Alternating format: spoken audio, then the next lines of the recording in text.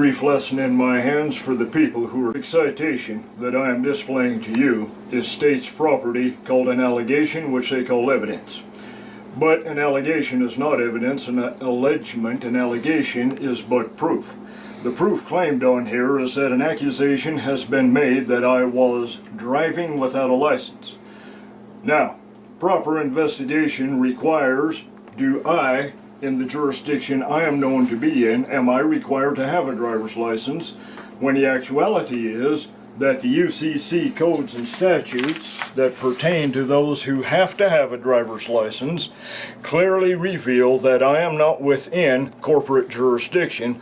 I am not engaged in the act of commerce. I am not traveling across state lines with the bearance of persons, chattels, properties, goods, or possessions for the purpose of gain or profit. What I do is I travel, I live, as the law has a body, a voice, and has arms of enforcement. I also comprehend then that the law also has range of motion. And as a man of law, as a son of the actual 1789 singularly de jure American Republic, I have access to full law. These are called natural rights, and they are identified as unalienable. Now, without utilizing my Constitution of 1789, we will do that tomorrow in high action before the court. I would like to just take you through this. The name that you see on here, the Ernie Tertelka name on here, the officer that conducted the stop, I allowed him to see the state's form called Certificate of Live Birth, which is in engrossed lettering, all capitals, which instantly renders all claims beneath it as to be corporate chattels.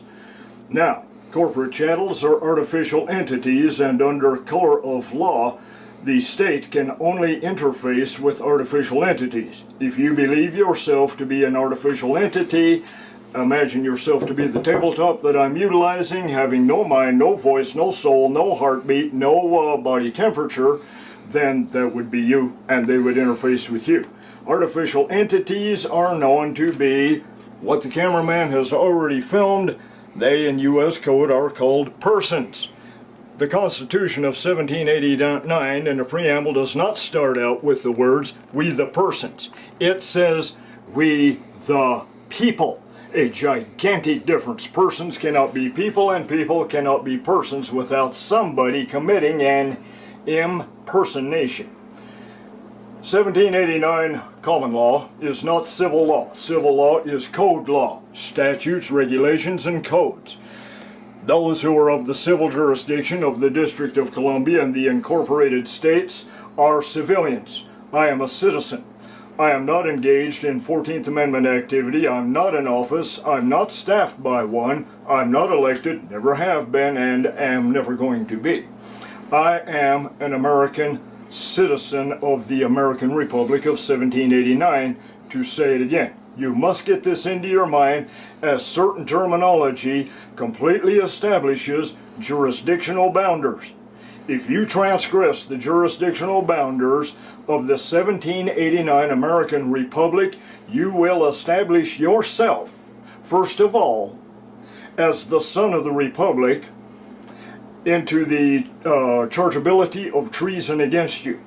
You are clearly, 3 times in the 1789 Constitution, we citizens of the Republic are restrained when it comes to alienating our rights from ourselves. This is an attempt at alienation of my right to travel, my range of motion, my right to make my peaceful, lawful way upon the land, pursue farming as I pursue farming in whatever form I find farming in to do. This is an attempt to alienate that right from me. There is a program that is called A2/A. There should be a colon in it. Put it in your mind. Put the colon in with a D at the end. A2/A:D. It is a naval program. When I say Navy, you think to yourself, law of the sea. When you think to yourself, law of the sea, ask yourself if you're wet.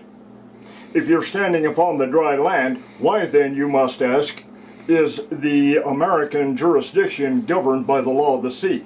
Who brought that about? It is in 1880 via the British Accredited Registry that the idea of burying the land beneath the sea level, called Pikes Peak, 2 feet beneath the level of the sea, was used to create the fictitious idea under what is called the appearance of law, fiction of law, which fiction of law is never actual. I have all of the information and tons more than we've got time to get through here today.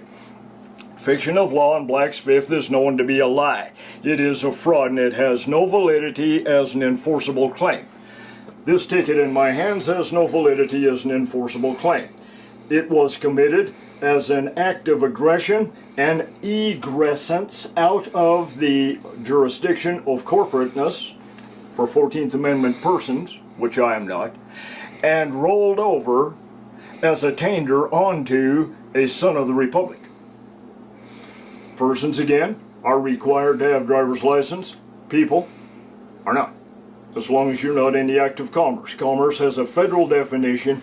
Yeah, I have 54 pages of settled law for my backing. It is a portion of my platform, and it is undeniable and inarguable. The problem that we the people run into is that we end up in the courts of the persons. It is the wrong jurisdiction that we the people are immediately brought to. You know it to be the wrong jurisdiction by 2 presentments called standards brought forward between you and what you view as the judge. The first standard commonly appears to you under the color of law as what you think of as the American flag. You might call it Old Glory, but you would notice that a corporate gold fringe has been put around it, and now say to yourself, my rights to keep and bear arms shall not be infringed. How come there's a fringe around Old Glory? That is the British etofflatry off of the officers at sea. It is that idea rolled over under the law of the sea as superimposed, cut, paste, and copy onto the land dwellers that I am. Okay. Now, because this is an act of war, an act of aggression, because jurisdictional boundaries have been clearly established, the 3 United States, you must know of which United States are you of. Are you of the 1789 de jure American Republic? Are you of the 1861 military division, or are you of the 1871 corporate division that really kicks off in 1933, bankrupting and overthrowing my country? An absolute act of war committed by the barristers. One mind, one voice, one intent. All 67,000 barristers plus extant today upon American soil are in treasonous standing right now. I am kicking this off by suing under charges of treason, backed by evidence, out of Black's Fifth. This is my handwritten research on the restraint on alienation, wherein I am charged to never, ever, ever, in the preamble, in the 6th article, and sealed the deal at ratification, I am never, as a son of the Republic, ever to sell, lease, loan, trade, borrow out, give away, or abdicate in fear or whatever else reason any of my natural and unalienable rights for any wrong corporation, wrong jurisdiction, agent. Notice to agent is notice to principal. Notice to principal is notice to agent. For any of them to initiate this process and transgress that clear jurisdictional boundary swings them into status of treason. I will be filing this, and it will be a fight to get it in. You see that I do things by hand. There will be no typing. There will be no justification of an inch in on a page. I am an American Republican citizen, and as such I am so verified as one. You would call the word sovereign, so verified one, as a son of the Republic. I do not need their theatrics. Their theatrics are worthless and hollow and nothing more than Shakespeare in reverse upon the land today. This is the actuality. Clinton Grimes has committed an act of treason, and Stormy Langston, municipal administrator, intends to back him up. Now, I've offered both a back door. Because they have transgressed their jurisdictional boundaries and are now committing an act of war which is known to be a capital offense, which commands a sentence of capital punishment, a potential life sentence in prison, at a minimum 20 years and many thousands of dollar fine, complicated by the Securities Exchange Commission number 264220, already filed as an act of foreclosure upon the corporation 15 of January 2016. They are found standing in complete breach of contract with the American Republicans, you and I, the people who they are supposed to be protecting, not alienating our rights from us. I'm going to swing you back to A2/A:"D, the naval program. It stands for this: capital A, access. The number 2 is for the word TO, 2. The / is the switch, where you're going to go. Access to, area is the next capital A. What area? Well, that would be the area of proper jurisdiction. If I get out of my proper jurisdiction, I become treasonous. If they get out of their proper jurisdiction, they become treasonous. You see how this works? But the charges are laid on me first to uphold and defend. That would be the purpose of the oath, to actually uphold and defend the 1789 Constitutional Republic de jure upon the land. The final letter in this naval phrase is D, and put an exclamation point in your mind right behind the D. Denied. This is what they are doing to all of us. You will be brought to a courtroom that is in the wrong jurisdiction. As a citizen, you will be introduced to a court of war, incorporated and eternal.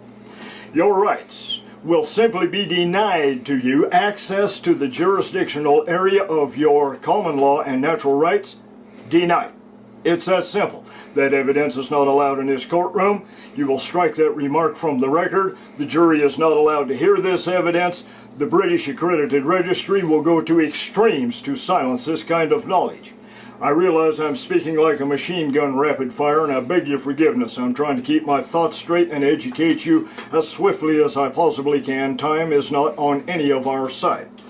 Thus it is that tomorrow at 12:30, in the little town of Eureka, Montana, I will be kicking off this 9-page document based on restraint on alienation, which comes against me first. You will see it has my autograph and my thumbprint.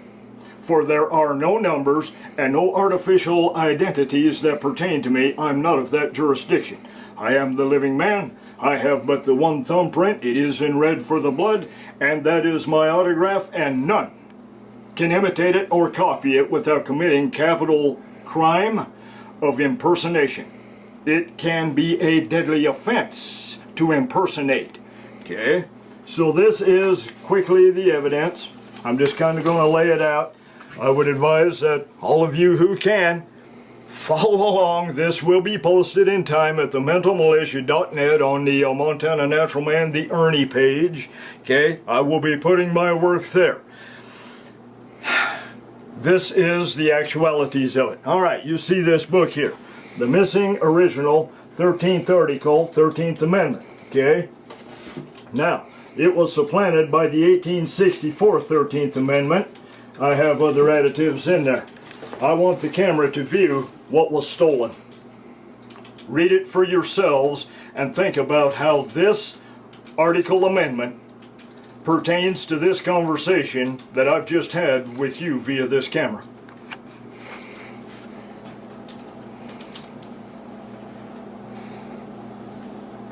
Okay, now you see that Clinton Grimes has ceased to be a citizen of the de jure United States of 1789 Republic standing, and is now found instantly to be a foreigner of a foreign corporation, a foreign jurisdiction, using a foreign language called legalese to commit acts of crime against an American citizen.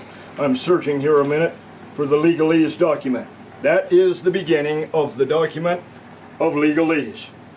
I would take you in it to the 23rd page, to the word human being in all capitals, which ties into the other document laid below my elbow on the artificial persons of the United States. And anyway, I've got them buried at the moment, moving too fast. But anyway, they are artificial persons that can only be interfaced with under color of law. Actual common law does not apply to them. The rights that I have as an American citizen of the Republic, they have to purchase. They have to pay for privilege to have the benefit. I do not. And for claim otherwise to be made is instantly bound in the 1789 Constitution. The preamble, I'll swing you back to it. This is the third time I've hit on this. The preamble says, "We the people, in order to secure a more and better government, blah, blah, blah, do hereby ordain and establish this Constitution." Not another, this one. Backed up by Article 6, which says that all judges in all the states and territories shall be bound thereby to the terms of this Constitution of 1789, not another, regardless of charters, treaties, constitutions that any state territory may bring forward, if anything to the contrary of the 1789 juridical claims and clear bounders is alleged, treason has been engendered and the state is instantly found in offense. Okay, so the word utilized for offense, you will find at the end of the 6th article, is a 3-word phrase. Notwithstanding means has no validity. This ticket is a cripple. It is a mental invalid. It is a physical invalid, and it is a spiritual attack upon a spiritual truth. So, we patriots, we freedom fighters, we truth lovers, we people who try desperately to uphold the proper laws of the land and not violate the garbage out there, but to be people of renown as truth livers, truth seekers. It is this kind of research and information that it takes us to get to the bottom of the barrel, to get past the 100th monkey of evil, okay? This system is based on cut, copy, and paste. They cut your rights, alienate, away from you. They paste over U.S. code, statute, commerce, regulation, state code, commerce, regulation, policy, as if it were actual common law, and it is not. Then they further impersonate as if they were common law magistrates of the 1789 Constitutional Republic, while actually being municipal administrators for the purpose of administrating British administerial proceedings upon American soils. Did we not have a war over this in 1776 or not? Did we win this or not? If we did, why are we still entertaining the British accredited registry and the American want to be a treasonous and want to appear as a British accredited registrar? Who in their right mind, in God's name, would want to do that when history is full of revolutionary evidence? Or, if we didn't win it, then who the heck has been lying to us in our school textbook and in our religious manuals and everything all along and upholding a lie as if it were so? Time to start thinking, people. Probably I'll see you tomorrow. Probably you'll see me in handcuffs. Hopefully it won't go beyond that. But ask yourself, what price? Freedom. What price will you pay? If there must be trouble, let it be in my time, that my son may know peace. My hat's off to the people, once again. We're good to go. Okay, I want to make an amendment to the previous clip. I'm going to do something with this ticket, which is actually a paycheck that has to be signed off. The United States Treasury is the only one that has the proper contract to pay this ticket. But they cannot pay it until they get permission. Okay? Now I'm not going to grant jurisdiction because you cannot. It was stolen by the Bar Corporation 150 years ago in the course of the Civil War. I've already been to court as highest federal levels, and I have won my name back. My right to contract, not to contract, is not in dispute anymore, even though this would appear to be, thus my charges of treason against him. There is a program afoot that is called A4V, Except for Value. On camera, I'm going to do this and show you how. What will come of this, I don't know. I have mixed reports of success and failure, but I'm going to try this. Follow along as I actually do it, and remember to do this for yourself. In my own hand, in black ink, which I forgot my red pen, but we'll deal with that, I'm going to write, except for value which is an instruction to the United States Treasury to accept this ticket for the value of $285, wherever it's at on here. Right there. The bond is $285. Okay? Now, you flip it over to the obverse side, and at the very top you write payable to the United States Treasury.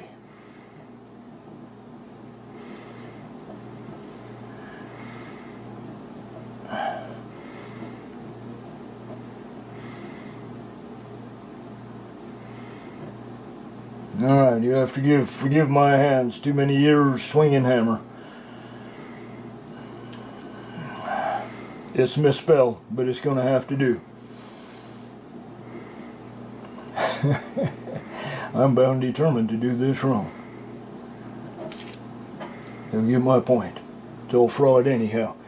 Okay, now, the next thing required, so I'm studying out, is at a 45-degree angle, your name. And it has to be your autograph. I keep mine in all lowercase, and I write it in proper form. For those of you who care, my last name, Tertelkta, means of the ancient oaks. Now, this is a ship. The Treasury is the ship. This would play the part of the gangplank. Here comes the wharf. Now the wharf, you write without recourse. What that means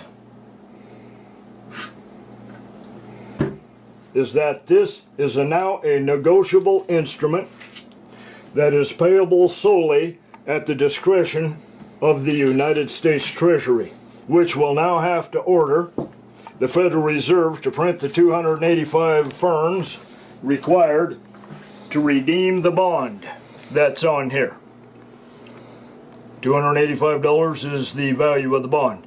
Along the way, this bond is going to be further monetized, further securitized. By the time they're done, there's a very high chance that over $2 million will be made by the corrupt Kaffir seekers by the time this bond gets returned back to Lincoln County, Montana. That in itself is a rabbit trail for another day. That's probably enough of me for right now. So I'll close and wish you the people the best.